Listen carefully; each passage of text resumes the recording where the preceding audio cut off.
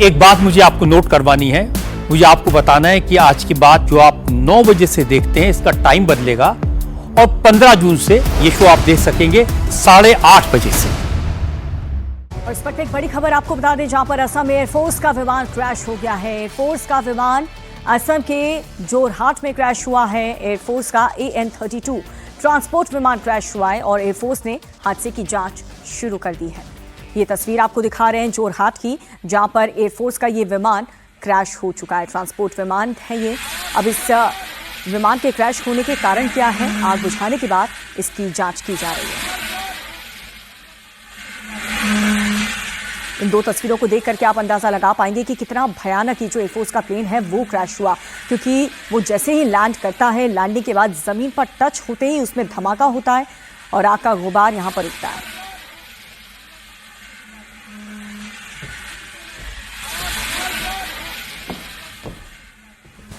तो तस्वीरें आप जरा देख लीजिए। एयरफोर्स का AN-32 ट्रांसपोर्ट विमान है, असम के जोरहाट में उड़ान भर रहा था और अचानक से क्रैश हो जाता है। फिलहाल आपको बता दें, पूरे हादसे की एयरफोर्स की ओर से जांच की जा रही है कि हादसे का कारण क्या है, क्या किसी तरीके की तकनीकी खराबी आई या कोई ऐसी चीजें सामने आ गई जिसकी वजह से क्रैश लैंडिंग हुई है। ये तमाम बातें अभी जांच का विषय है। फिलहाल जांच आगे जारी है, लेकिन इस वक्त ये जो तस्वीरें आप देखकर अंदाजा लगाइए कि हादसा कितना भीषण रहा होगा, इस हादसे में कितने लोगों की जान गई है, किस तरीके से ये पूरा हादसा हुआ है, ये अभी जांच का विषय है। लेकिन देखिए, जैसे ही ये प्लेन नीचे आता है, किस तरीके से आग का ऊपर गुबार उठना शुरू हो जाता है। बताया जा रहा है कि एयरफोर्स का ये AN-32 ट्रांसपोर्ट विमान था और असम के जोरहाट में ये पूरा हादसा हुआ है। फिलहाल इसको लेकर अब जो जांच है वो आगे की जाएगी।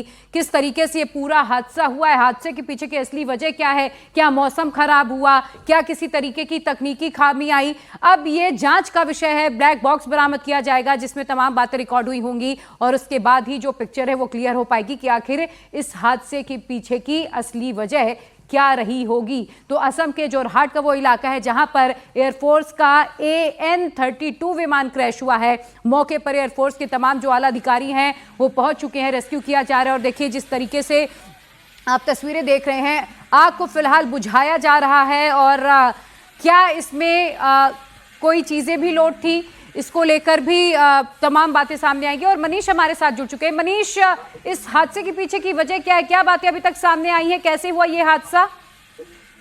देखिए, अब से कुछ देर पहले जोरहाट एयरबेस, जो कि भारतीय वायुसेना का असम से लेकर अरुणाचल प्रदेश और उस पूरे एरिया पे जो जाने वाले ट्रांसपोर्ट एयरक्राफ्ट का मेन हब है, यहाँ पर जब AN-32 की लैंडिंग हो रही थी, उसी दौरान ये क्रैश लैंडिंग हुई और क्रैश लैंडिंग होते ही AN-32 जो ट्रांसपोर्ट एयरक्राफ्ट है वो क्रैश हो गया। अब ऐसे में भारतीय वायुसेना के द्वारा औपचारिक तौर पर इस बात को कहा गया है कि इस पर पूरी कोर्ट ऑफ इंक्वायरी ऑर्डर कर दी गई है। AN-32 के अंदर, जो कि एक भरोसेमंद ट्रांसपोर्ट एयरक्राफ्ट है, 1980 के दशक से अभी तक भारतीय वायुसेना में लगातार ट्रांसपोर्ट एयरक्राफ्ट के तौर पर एक इंपॉर्टेंट रोल प्ले कर रहा था। इसकी तकनीकी खामी क्या थी, किस वजह से ये हुआ, इसकी पूरी जानकारी इकट्ठी की जा रही है। इंडिया टीवी को इस बात की भी जानकारी मिली है कि AN-32 के क्रैश लैंडिंग की मुख्य वजह जानने के लिए जो सीनियर ऑफिशियल्स हैं वो इस समय मौके पर हैं, क्योंकि जैसे ही ये क्रैश लैंडिंग हुई उसके तुरंत बाद ही आग लग गई। आग लगने के बाद उस पूरे जो वहां पे एयरफोर्स स्टाफ थे अभी भी उस आग पर काबू पा रहे हैं। हालांकि जो पायलट एंड को पायलट के बारे में अभी तक कोई भी डिटेल अभी तक नहीं दी गई है भारतीय वायुसेना के द्वारा, लेकिन एक बेहद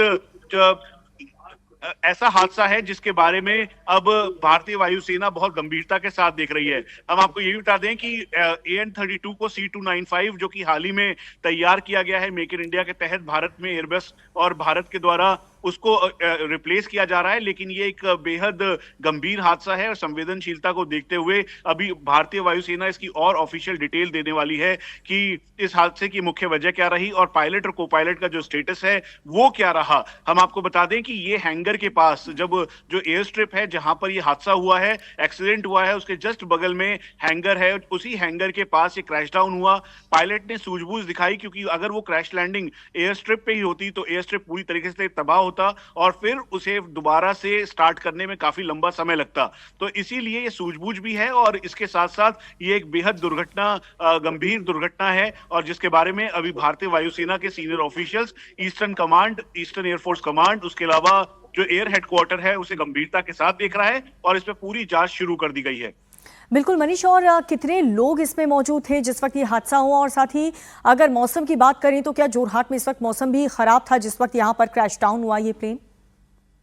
देखिए, एक बात बिल्कुल आप क्लियर समझिए कि ये एयर स्ट्रिप की बात है। अगर वेदर खराब है तो आसमान में वेदर खराब होगा। अगर विजिबिलिटी, जैसा कि मैं देख पा रहा हूं तस्वीरों के माध्यम से और जो ऑन ग्राउंड ऑफिसर्स हैं उनके मुताबिक, ये वेदर इतना खराब नहीं है कि 1500-200 मीटर तक की विजिबिलिटी बहुत ही क्लियर है, और इतना किसी भी ट्रांसपोर्ट एयरक्राफ्ट को फ्लाई करने के लिए काफी होता है। तो इसीलिए ऊपर आसमानी वेदर की वजह से ही तकनीकी खराबी हुई, इसे कहना बहुत जल्दबाजी होगा, या फिर इसके मुख्य वजह क्या है इसे कहना बहुत जल्दबाजी होगा। इसीलिए कोर्ट ऑफ इंक्वायरी सेटअप की गई है। इसमें जो एयर एविएशन एक्सपर्ट्स होते हैं, उसके अलावा जो एक्सीडेंटल इंसिडेंट्स इन्वेस्टिगेशन टीम है वो इस पे है, मौजूद है। और ये सारे, क्योंकि ये खुद बेस है, जोरहाट एक ट्रांसपोर्ट एयरक्राफ्ट का मेन हब समझ लीजिए। यहाँ पर जो लॉजिस्टिक, यानी जो पूरे नॉर्थ ईस्ट एरिया में जो सामान ले जाया जाता है, जिसमें लॉजिस्टिक है, उसके अलावा आर्म्स, एमिनेशन, रसद, भारतीय वायुसेना, भारतीय सेना या बाकी लोगों को एक जगह से दूसरी जगह ले जाना, ये सब इन्हीं के द्वारा किया जाता है। और इसी वजह से AN32 में जो ये हादसा हुआ है, इसके लिए मौसम को जिम्मेवार कहना बहुत जल्दबाजी होगा, लेकिन कोर्ट ऑफ इंक्वायरी ऑर्डर कर दी गई है। हम आपको ये भी बता दें कि ऐसा नहीं है कि पहली बार दुर्घटना हुई है। 2019 में भी जोरहाट से जब मेचुका जा रहा था, जून का महीना था 2019, जो मुझे ध्यान आ रहा है, उसमें भी जो करीबन 13 से 14 वायुसेना के जो एयरफोर्स वॉरियर थे वो उसमें लापता हुए थे। उसके बाद 2016 में भी एक ऐसी दुर्घटना घटी थी, जहां तक मुझे ध्यान आ रहा है। तो इसीलिए ये क्रैश लैंडिंग और ये क्रैश को देखते हुए, इस एक्सीडेंट को देखते हुए कोर्ट ऑफ इंक्वायरी ऑर्डर कर दी गई है और गंभीरता के साथ अब इसकी जांच बिल्कुल मनीष, और ये जांच का विषय है और इसीलिए अभी बहुत बातें सामने नहीं आ रही हैं, और कुछ ही देर में एयरफोर्स की तरफ से जो ऑफिशियल हैं वो स्टेटमेंट अपना जारी करेंगे। एक बार फिर से तस्वीरें दिखा देते हैं अपने दर्शकों को। असम का जोरहाट इलाका, एयरफोर्स का AN32 विमान है जो ट्रांसपोर्ट का काम करता है, और बताया जा रहा है कि विजिबिलिटी इतनी भी लो नहीं थी। फिलहाल कोर्ट ऑफ इंक्वायरी कंडक्ट हो रही है, जांच का विषय है, जांच की जा रही है। एयरफोर्स के तमाम जो आला अधिकारी हैं वो मौके पर इस वक्त मौजूद हैं। आखिर इस क्रैश लैंडिंग के पीछे की वजह क्या रही, जैसे कि हमारे सहयोगी भी मनीष भी बता रहे थे कि यहाँ पर पायलट ने बहुत सूझबूझ दिखाई, क्योंकि अगर एयर स्ट्रिप पर ये क्रैश लैंडिंग हुई होती तो पूरा जो एयर स्ट्रिप है वो तबाह हो जाता, लेकिन उसे बचाने के लिए पायलट ने थोड़ी दूर ले जाकर लैंड कराया, जिसके चलते ये क्रैश लैंडिंग हुई। और एक बड़ा हादसा आप कह सकते हैं, एयर स्ट्रिप का तो बच गया, लेकिन ये विमान पूरी तरीके से क्रैश डाउन हो गया। फिलहाल अब कोर्ट ऑफ इंक्वायरी कंडक्ट की जा रही है।